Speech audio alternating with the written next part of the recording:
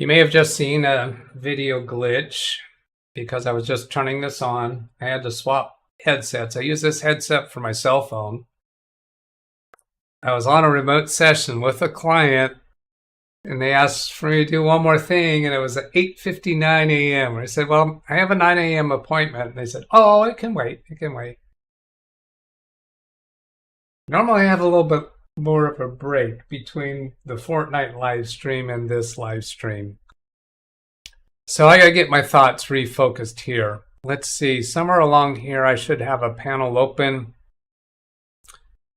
so that I can confirm that live stream is working and you're hearing me and all that kind of stuff. I've got to come over here to live now, click on live now, and then here's this showing live. I can open that. Here's this, and that gives me an audio confirmation. And then in chat, give me the number 8 if audio and visual and DVR is all functioning okay. Tony says AV good, DVR.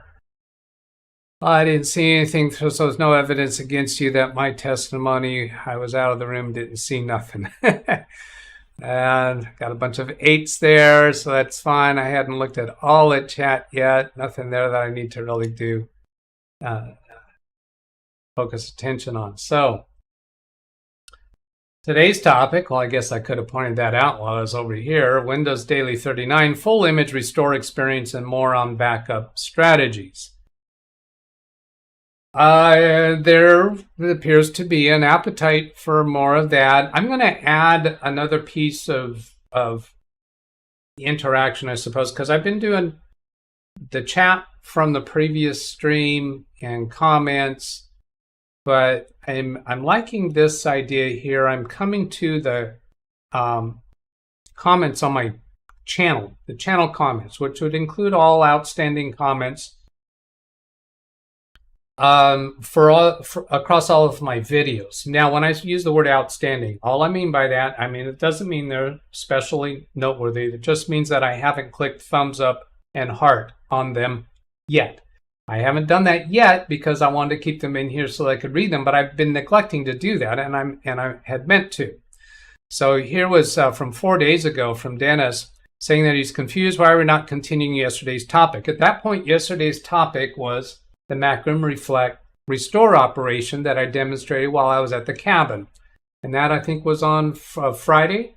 And then on Monday, I was off on another topic. Well, I wasn't quite set up and ready to do another Macrim Reflect. So we are continuing that today, and it was on my mind to do more of that today. And also on Monday, there was another topic that was right under my nose that I wanted to do. Why are we not continuing yesterday since you ended so quickly yesterday? Question 2. Today's topic related, what is better, Wi-Fi from cable modem or Wi-Fi from a full-fledged router? Now, I already had a conversation with Dennis about that, and I believe what he was telling me is that he has a Wi-Fi router separate from his internet service provider's modem, and his internet service provider modem had recently reactivated the Wi-Fi, and he didn't like that because it's not as secure as the device that he's using. And he was asking, why would they do that? And my answer to, and I'm not answering this for Dennis now because we already had this conversation, but it's a useful answer for other people. The ISP turned the Wi-Fi on automatically, probably during an update of some sort to the ISP router. Some ISP routers are just fine for normal people. If you're a person who wants extra security, then buying a separate router and configuring it to provide the level of security that you want is a worthwhile thing to do. But if the internet service provider automatically reactivates the Wi-Fi on their router, is that a problem? Yes, it is, if you don't trust the security of that Wi-Fi device. And you might say, but I'm using the SSID of my dedicated Wi-Fi router. The service provider's SSID is different. Yes, but if it has a vulnerability that some other criminal mind in the apartment near you might try to take advantage of, they could connect to your Wi-Fi if they can take advantage of that vulnerability. Now, the Wi-Fi SSID and password is probably on the label on the device itself if it has been reverted to default settings. So is it possible that somebody could get into your apartment, take a photo of that label if they're a neighbor? Is it possible that they're in your apartment and you've not kept your eyes on them? They take a photo of that and they go back to their apartment and now they get free Wi-Fi through your device. Or could they perhaps also access your other computers that are connected to the network? Because you're connected to a separate Wi-Fi, they're connected to your ISP's Wi-Fi, but you're on the same network. So if you have shares open on one of your computers, they could get to that by being connected to a different Wi-Fi that's connected on the same network. Unless the dedicated router you're using is actually, if the ISP's router is connected to the WAN port on your router, then they're not going to get through that way. I'm not going to try to explain all the detail of that. So that's a response to that. And Tony was also interested in continuing on the restore operations. I think that's what that means. And then Wintermute gave us the link for Carrie's Windows 10 net fix. That was with somebody asking for a way to reset network settings. And I think that showed up, well, that's in the comments, so maybe it didn't show up in the chat. If there's somebody wanting to get to that link, then you can go to my Windows Daily 37 and find that in chat. So here I'm going to do the thumbs up and the heart. I do thumbs up and heart on almost every comment because in part that gets it off of this list. And I think I want to encourage people to make comments. Now here's Pineapple Road. Pineapple Road has been doing an awesome service of putting in a whole lot of comments. Here's more Pineapple Road, putting in a whole lot of comments about what he's pursuing and some thoughts and strategies about what he's doing. It's too much for me to read into the video, but I think for anyone who's wanting to have more thoughts on computer strategies and thinking through things, his writings are very, very readable. Lawn Dog has also been doing a lot of that. So I think I still have this prepared to give you those in chat when I find the right one here. So yeah, so here I believe I have I have links to all 4 of those different videos that he made comments on. So I'm going to give you those one at a time. I'm not putting in any explanation about them, but if you wanted to go read his content, you could go to these videos. You could just open them into another tab, another browser tab, and go into the comments of those videos after this live stream is over, or more appropriately, after Ken Stout's live stream is over, because I do have that gimmick configured. I don't even remember what it's called, that gimmick configured to send you to Ken Stout's live stream, since he did have it scheduled already this morning. When I scheduled this stream, at the end of this stream, you'll automatically be sent to his live stream. Now, get back to here, punch this button. So I'm going to go do the thumbs up and hearts on Pineapple Road's comments. Once I do the thumbs up and hearts on these, then that clears them off of my channel comments list. I do like the interaction that you guys are doing through comments and through chat and such. So if I click on anywhere else up here, then come back to comments, now this whole screen is cleared. And if people make comments on videos that I want to present during the next Windows Daily, then I'll be leaving them on this list. So if anybody's wondering why I haven't been thumbs upping and hearting their comments, that's why they were delayed. All right, then I'm going to go ahead and pop out this chat. Now, I've told you before that I'm not going to interact individually with all of the chat room, but I do want to see what has been recent. So now let's get on to, oops, one more thing for catching up. I've got to go to yesterday's stream, which was, I have it in here? I got to get to yesterday's to see. Oh, I'm just going nuts here. Going wrong. Okay, so I'm just going to go back to, I'll come over here, your channel. I wasn't quite prepared as well as I normally try to be because of that client call. So I'm going to come up here to this yesterday's and come up halfway through and pause it and see if there's anything in chat that I wanted to respond to. The bit rate question, I'm not going to talk about. Graphics driver on the GPU on the PC.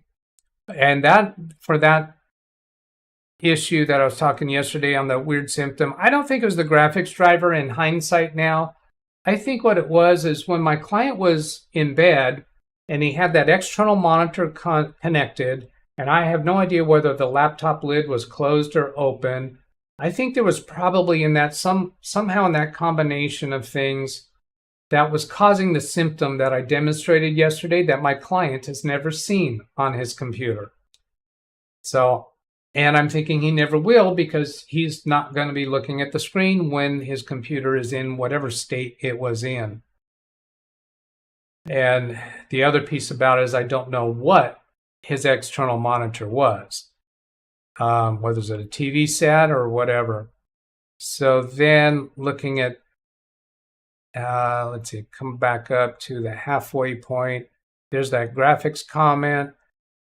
Zoom malware. Yeah, I was wondering at one point if it was malware, if it was a serious virus. I was really seriously thinking that I was going to have to wipe and reload while he's in the Netherlands. That was just a nightmare. So then when I connected to him that next day and everything was perfect, it's fine. Can you imagine the relief? Because I thought it was going to be a nightmare mess. Fixed itself. It fixed itself. Yeah, the symptom wasn't present when I reconnected. If you don't know what I'm talking about there, you have to go look at yesterday's video. Since he's not familiar with how Windows 11 is supposed to look. Yes, that thing about the icons dropping off the bottom of the taskbar and those weird double exposure effects I was having, if that was happening on his computer, it's possible he never saw that because he was just going into his email, going into Microsoft Word, and so on. So it's possible the symptoms I was seeing were persistent and present, but he wasn't noticing them. Fortunately, that was not the case. Let's see, scanning through these. There was about the redirect. That's the word, redirect to Ken Stout's stream.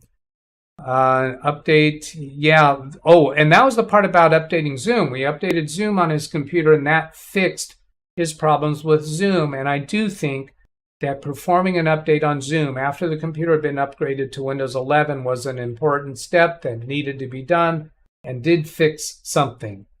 Although the older version that he had, since it wasn't very old, would have been fine if his computer had Windows 11 on it when that version was installed.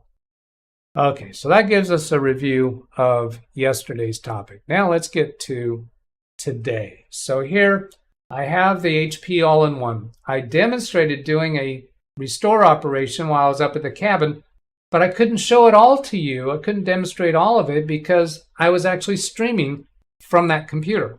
So now I'm going to perform a live restore on that computer, let you see the entire process because I'm connected to that device through my capture device. So we'll be able to see everything happen. Now, bring over the mouse and keyboard for it. The first thing I want to fix is this display orientation. Since that big wide screen, it gives us those black panels on the bottom, on the top, and I can't even see the mouse. Where's the mouse? Wrong keyboard and mouse. That's Baby Beast. Here's the keyboard and mouse for the HP. So now there's the mouse moving around. So the first thing I'm going to do to make this better viewable is I'm going to right click on the desktop, go down here to display settings, which I can't read because I'm looking at Big Beast. And I'm going to scroll down to display resolution, and I'm going to change that to 1920 by 1080 so it fits the screen better for YouTube streaming. So you can see how that changed in the background. I got these big black bars on the sides. So that makes it fit better here. Now let's also try going 125% size and see if that makes it easier for you to see. Now before I go into Macro and Reflect though, I'm going to show you some things about the backups that I have the options to restore. And this is getting a little bit into strategies. Here I have a Macrium D drive and I have a Macrium CAC Backups E drive. That's an external hard drive that I have connected. When I first started rebuilding the HP, I was doing my backups to this external drive. And I used a different strategy than what I demonstrated while I was at the cabin. What I did here is I was actually creating a new backup job with the actual full description. Now let's see, that's HP 34 AIO with Big Beast image, fixed for drivers and reduced Fortnite settings. And then this one was an actual Big Beast full image backup. This one is an HP 34 AIO with working Baby Beast image. And here was HP 34 AIO fresh Windows 10 before HP drivers were installed. If I bring this out, you'll see the difference in sizes between those. And this was actually a Big Beast Baby backup with the July 22nd. What I'm pointing out here is the strategy of creating a backup job that actually describes in the name of the backup all the information that I need to know what is in that image. What I showed you when I was up at the cabin was in this D drive. I'll go show you how that strategy was different. In this strategy, the backup job was called Fresh Fortnite Macrium Opera OBS XSplit Chrome. And see, I have all these different instances of performing that backup. And I didn't rename the backup job on each occasion. So when I'm using this strategy, what I'll do is I'll put in a text file, a notepad text file, in that same directory that tells me what I need to know about each of those different jobs. So here I say, the above file contains configuration adjustments for OBS and XSplit, but XSplit has muted microphone. So that's this backup job up here. And what I did is I just copied the name of that file into this notepad text document and then gave me a description of it. I've used lots of different strategies when doing image backups, and they've been very, very useful and helpful. And I'll use whatever strategy seems to make sense under the circumstances. Now, over here on this external drive, oops, that's not it. Let's go back to the external drive. The smallest backup of all of those was this one. That was the HP 34 AIO, fresh Windows 10 before HP drivers. It's only 13 gigabytes. You can see how much smaller it is than all of those others. Before, as part of my preparation for today's live stream, I copied this file to the spinning hard drive that's inside the HP all-in-one, so that I could do a restore operation from it that would run faster, because I expect it's going to run faster when it's an internally connected hard drive than when it's a USB connected external drive. So here's that small image file. I'm going to restore that one to the HP 34 right now and show you the entire process. So here I'll go into Macro and Reflect. Answer yes to the user account control. And here we are. I want to go to this Existing Backups tab. I'm clicking on it. And here we have the D drive backups. And if I want to get to the external drive backups, I'm going to have to go browse to it. This is only showing me the backups that are on the internally connected spinning drive. And that's because this instance of Macrium Reflect, I think it's because this instance of Macrium Reflect has never yet, I've never tried to restore from that external drive. Now we're looking, I'm going to turn off this picture-in-picture. We're looking for that particular restore operation. And actually, it might not show up here. Yeah, because what's showing up here is what's in the library for this instance of Macrium Reflect Backup. There's another file in here that's not visible to us right now. Let's go remind myself what that name is. Go to the D drive, go to the Macrium Backups folder, and it's this one down here. It's BB98. Oh, here it is. It is down here. Fresh Windows 10 before HP drivers. Yeah, it does show up here, even though this backup was not performed by this instance. It is sensing that it is there. I wasn't sure that was happening. You know what? Let's go browse and look at that externally connected drive. Now here we're seeing backup selections. These are actually backups, not drives. Oh, so here browse isn't working. This is for browsing through these images. I got to come up here to this browse to get to the externally connected drive. And I can go into this folder, and now I could select one of these backups from here. Okay, so I'm going to cancel from that. Come down here and choose this and get this restore operation running. So then I'll click restore. No, I still want that picture-in-picture off. So here's the restore operation. 69.4 gigabytes for the C drive. We're going to overwrite the 72.4 that I currently have on the SSD. Yeah, now this SSD isn't actually, it's an NVMe drive. And you saw that when I opened this computer a few Saturdays ago.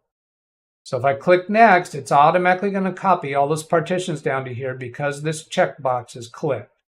Or I can click on copy partitions. I typically like to do this because of sometimes there's the disk that I'm copying to is of a larger size. If I'm copying to a different disk than what the backup was made from. In this case, the backup image that I'm restoring was created from the drive that I'm trying to restore to, so there's not going to be any question about changing partition sizes. So now click next.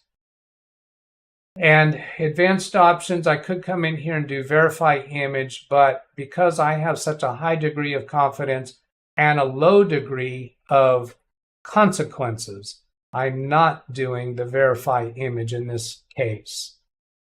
Okay, and then I get this prompt, restore must be completed in the Windows pre-installation environment, rescue environment. Do you want to build rescue media and add a boot menu now to automatic restore? Yes, this is adding the boot menu. Later we get another message saying I had to have added the boot menu already. Well, that step right there is what creates the boot menu. On my other screen, I'm going to click over to take a glance at chat. Oh, that's interesting. Londog says, Acronis lets you add notes. I haven't even looked to see if Macrium lets me add notes to a configured backup. That would be a nice feature. Yeah, Londog says he imagines Macrium has a way to add notes. I have not looked at that. I will look for that. Looks like when you use Macrium, it issues default file name. Do you ever change that manually? Yes. And I will be demonstrating more about that. When you're creating a backup job, you can put in your own file name, but Macrium still adds more specific that cryptographic number. It still adds that of its own. And I don't know that you can remove that. You might be able to remove that. Yeah, I'll have to look at that a little bit closer. I'm not sure about the answer on that question. So here what we see going on is it's told us all this stuff about what it's doing. It has built the image, and now we get this prompt for run from Windows PE. After restore, I want it to automatically reboot, but you're going to see all of that happen. There's an automatic boot. So I'm going to tell it to run from Windows PE, and then I'm going to click Restart Now. Here it's restarting. I'll give you camera 1 only when it's not displaying something through the capture device. Well, actually, you can see it through my picture-in-picture. You can see what's there. So there, the screen's got black, and there's a HP logo now that you're seeing at the same time that it's there. And this is going to automatically go into the Windows pre-installation environment recovery mode, where it will, without hands off, so I'll keep my hands raised, no hands during this. I typically walk away and come back later, and it is all the way back to the point of logging in into the restored image. I could handcuff my hands back here. So there's a continue and a cancel button. I could interrupt it here. I'm not going to. I'll let it go to continue. Londog says, yes, let's use the term cryptographic identification number. Acronis did the same thing if you tampered with the file name. By the way, there's another thing is that Macromedia Reflect, and probably Acronis too, has a tamper resistance. I cannot go delete those backup jobs without doing it through Macromedia Reflect. Well, I know I can't rename them. Yeah, I'll have to demonstrate that because there is some delete prevention of those backup images to prevent ransomware from modifying those backup images. So I need to demonstrate how that works. Dennis's comment in chat, just finished vibing. He's referring to Fortnite. We did Fortnite game this morning, had 2 young men with us who were pretty talkative. And I asked them at one point, could you guys talk a little less? Because I couldn't get a word edgewise. And Ken and I had to chuckle about that through the chat room. Londog says, they might do that so you don't accidentally delete a file. That would be my first thought, kind of a protection thing. I think more, actually, I think the reason why they do that is to prevent a virus infection or hackers or ransomware from modifying the file. Certainly part of it is to prevent you from accidentally deleting it. Now, you can delete them from within Macromedia Reflect.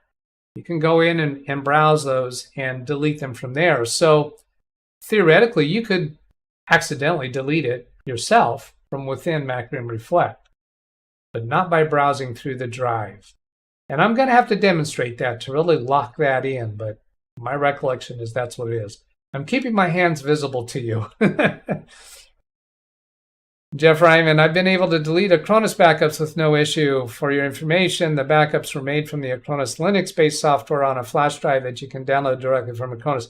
Now, I'm not certain the free version of Macromedia Reflect, does it have that delete inhibit? So I'm going to want to pursue that too. Here we got PC will now reboot. Click cancel to resume the session. So I could interrupt it here if I didn't want to cancel yet. And why would I want to cancel there? I don't know of a reason why I would. Well, if I'm restoring to dissimilar hardware, I would cancel there, and I should have configured it to not automatically restart because there's a menu option in Macromedia Reflect in the pre-installation environment to where you can identify that this is different hardware, that you're restoring to different hardware. Keeping my hands visible. Well, Doug, it's kind of the same thing. They're keeping somebody from manipulating the file and erasing it. Yep. Londog says, Doug, this is excellent demonstration on how to do remote restore. You take a lot of the guessing work out of it, and this makes the video fantastic information. Thank you for that, Londog, and that is definitely, I think, an important thing for any technician to be able to do and to gain confidence in. For you to gain confidence in restore operations, if you have an extra computer around, you ought to do some experimental backups and restores and fuss around it so you have a high level of confidence so that when you need it, you can do it. So here we are. We're ready to log in. I'll hit the enter key, and a single character password I was using at that point in time for that computer, and that'll get me logged in. So now we're restored to that fresh Windows 10, but it doesn't look right. That was supposed to be the fresh Windows 10, but it doesn't look fresh to me. Oh, what happened? You know what? I think I'm going to have to go rewatch this video. Do you guys recognize what's wrong? Let's see. I'm going to go change the resolution. It looks to me like it wasn't successful because I was expecting that to be the fresh Windows 10. Remember how small that file size was? But this has Fortnite. This has Opera. This has Streamlabs. This has XSplit. That is not a fresh Windows 10. Yeah. What happened? Well, I don't know. I'm out of time. That's 31 minutes. The Chrome icon is there. Opera browser is there. Opera I installed very early in the progression of this because it's has a lower footprint. Something went wrong. I'm going to go back and watch this video. I'll be reporting on that tomorrow. That's a fail. All right, live video, unrehearsed, unscripted. You get what it is. I'm going to end this here. All right. I hope that was useful. Have a great day and stay tuned for Ken Stout's video. Catch you later. Goodbye.